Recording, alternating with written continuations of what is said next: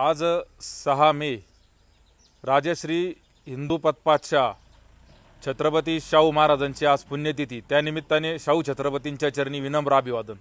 3 April 1680ला Shivaji महाराजांचं निधन झालं आणि शंभू राजांच्यावरचं वडिलांचंही छत्र हरपलं। शंभू छत्रपतींच्या विरोधात अनेक कट कारस्थानं चालू झाली आणि यामध्ये 16 जानेवारी 1681ला शंभू छत्रपतींनी स्वतःचा राज्याभिषेक करून घेतला। 6 जून 1674ला शिवाजी महाराजांचा शिवराज्याभिषेक आणि 16 जानेवारी 1681ला शंभू छत्रपतींचा राज्याभिषेक। या दोन्ही राज्याभिषेकांच्या गोष्टी तारखा आपल्याला माहीत असल्या पाहिजे शिवशंभू भक्तांना।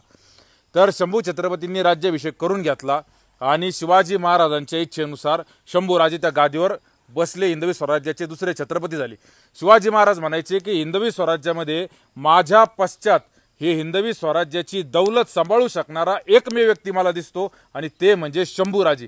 आणि शिवाजी महाराजांच्या इच्छेनुसार शंभूराजे दुसरे छत्रपती झाले। राज्याभिषेक झाल्यानंतर तात्काळ त्यांनी मुघलांवर आक्रमण केलं।